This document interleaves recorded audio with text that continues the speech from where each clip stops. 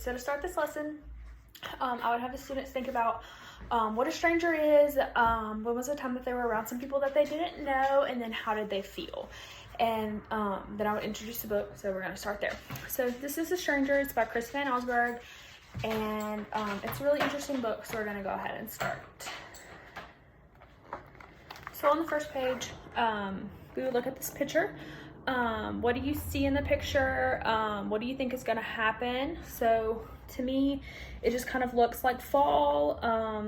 It's really orangey and like orangey yellowish.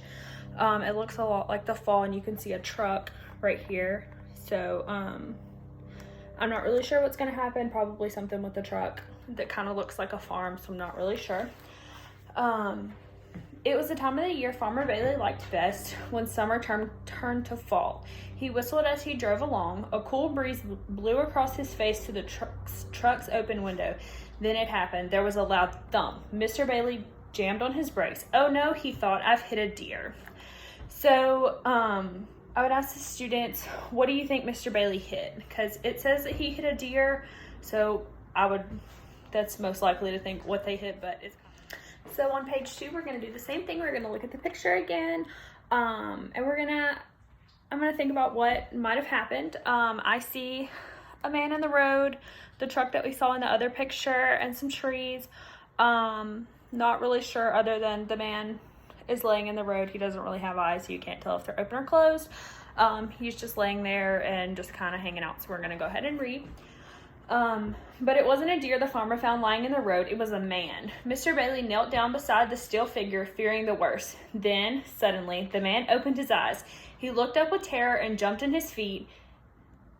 He tried to run off, lost his balance, and fell down. He got up again, but this time the farmer took his arm and helped him to the truck. So who do we think the man is? From what we've read so far, it doesn't really tell us who the man is. He's just a stranger, so basically we have no idea who he is.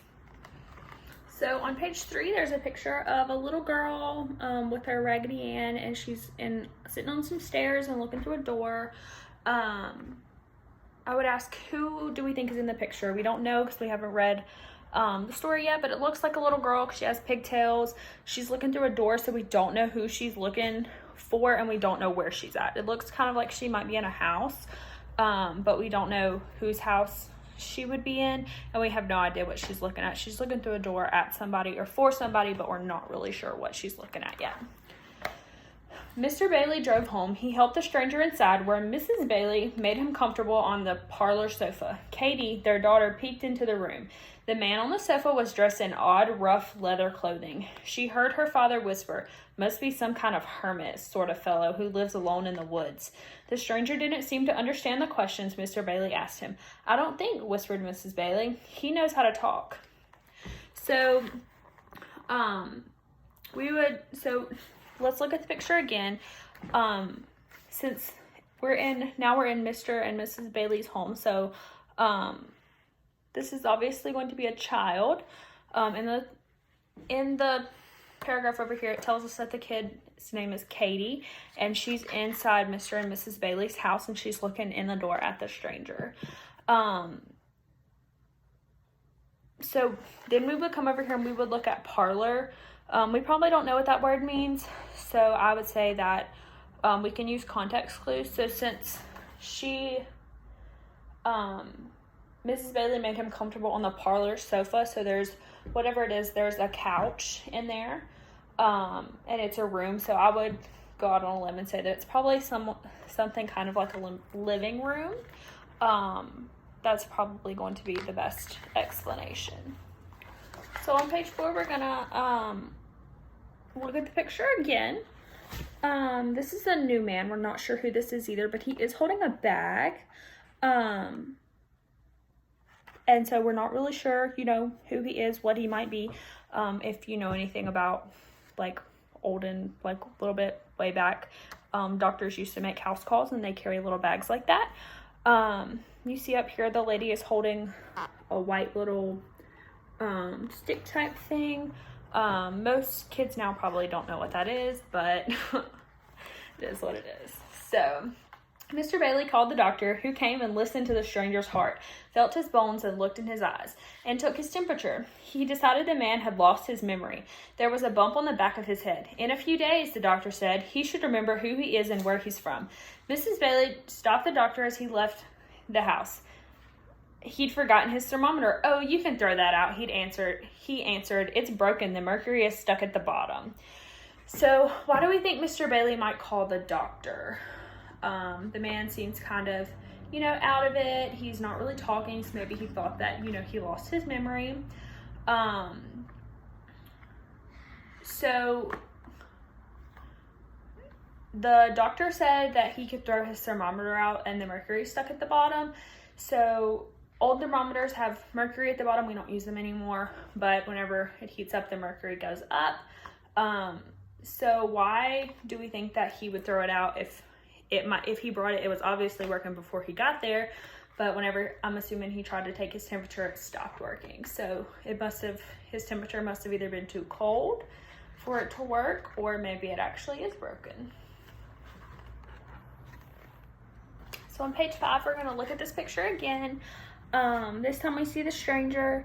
We're not really sure what's happening, but if you look at the man's face, he kind of looks surprised, like what is going on. It kind of looks like he's looking at the steam right here coming off of this soup, like he may have never seen that before. But to me, he looks kind of surprised or like mesmerized by what's going on.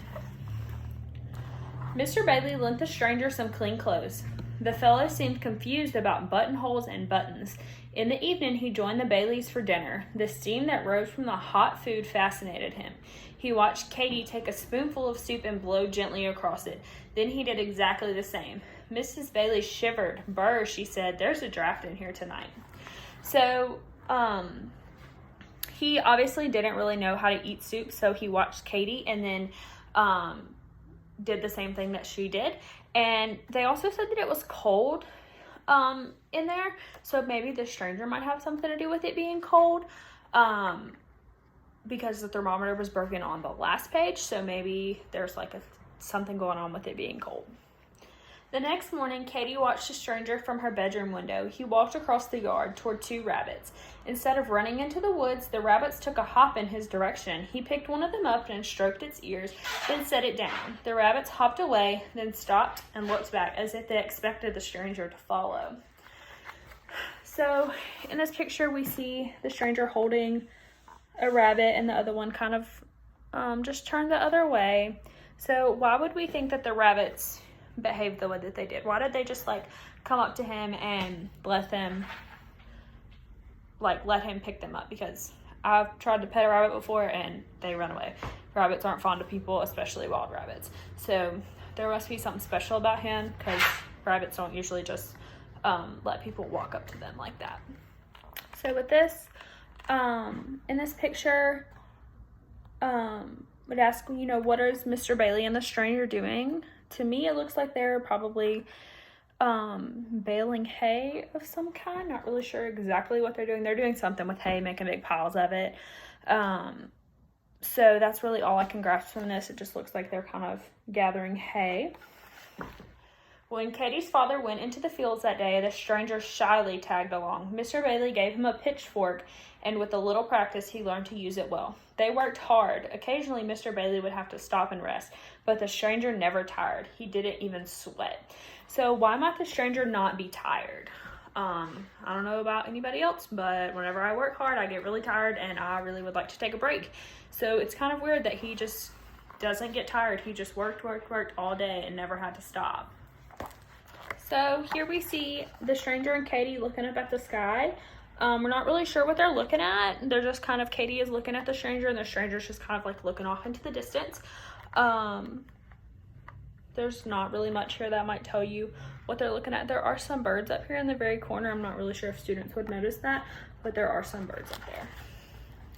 That evening, Katie sat with the stranger watching the setting sun. High above them, a flock of geese in perfect V formation flew south on the trip that they make every fall. The stranger would not take his eyes off the birds. He stared at them like a man who'd been hypnotized. So here you see he actually is looking off at the birds, just staring off in the distance. he seems to be mesmerized like once again he's never seen them before. So when we look at this picture, we might look at it and wonder, what are they doing? To me, it looks like they're kind of having a dance party.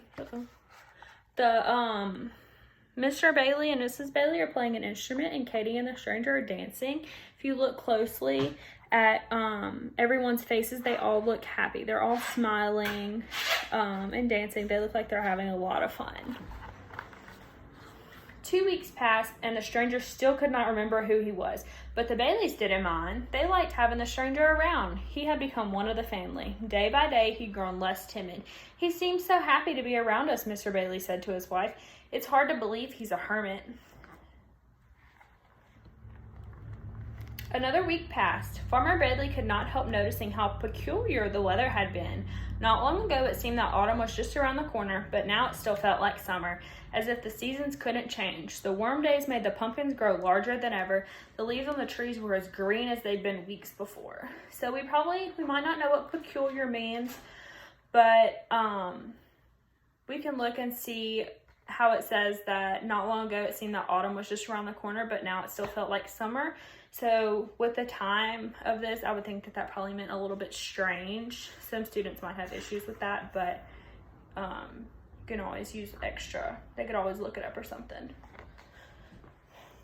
So on this page, we're gonna look at this picture. What do we notice about the leaves on the tree? So what I notice is up close, they're really green, and then far away they're orange, like they would normally be in the fall. One day, the stranger climbed the highest hill on the Bailey farm. He looked to the north and saw a puzzling sight. The trees in the distance were bright red and orange, but the trees to the south, like those around the Baileys, were nothing but shades of green. They seemed so drab and ugly to the stranger. It would be much better, he thought, if all trees could be red and orange. So why do we think the leaves at the Bailey's farm are green? Honestly, I really would not have much of an answer here. We know that it has something to do with the stranger, but not really sure what. So on this page, we see the stranger. Look at the picture, and he's holding a leaf, and to me, he looks kind of surprised. Maybe even a little bit worried, not really sure. But he mostly just looks surprised to me. Why he looks surprised, maybe something to do with a leaf in his hand. We're not really sure yet. The stranger's feelings grew stronger the next day. He couldn't look at a tree's green leaves without sensing that something was terribly wrong. The more he thought about it, the more upset he became, until finally he could think of nothing else. He ran to a tree and pulled off a leaf. He held it in a trembling hand and without thinking blew on it with all of his might. So, what do you think happens whenever the stranger blows on the leaf? It doesn't tell us here. Just when he picked it off that it turned orange. So what might happen whenever whenever he blows on it? So I would say that that's probably going to be our cause. And on the next page, we'll see our effect. So here in this picture, we see that this is obviously going to be the Bailey farm. There's the house, and then you see all the leaves are orange now, and they're not green anymore. And down here, if you look at the people, there's only 3 people. So we're assuming that the stranger has probably left. Not really sure where he went or anything, but he's not in this picture anymore. At dinner that evening, the stranger appeared dressed in his old leather clothes. By the tears in his eyes, the Bailey could tell that their friend had decided to leave. He hugged them all once and then dashed out the door. The Baileys hurried outside to wave goodbye, but the stranger had disappeared. The air had turned cold, and the leaves on the trees were no longer green. So, what happened when the stranger left? Obviously, the leaves and stuff turned and it got really cold.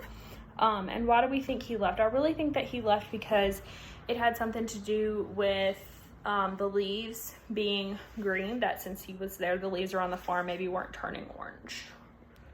Every autumn since the stranger's visit, the same thing happens at the Bailey farm. The trees that surround it stay green for a week after the trees to the north have turned. Then overnight, they change their color to the brightest of any tree around. And etched on the farmhouse windows are the words that say simply, "See you next fall." So from this story, especially this page, I would probably have gathered that every time that when the stranger leaves, that kind of signals for fall to happen where it turns cold and all the leaves change, and probably that has something to do with the stranger.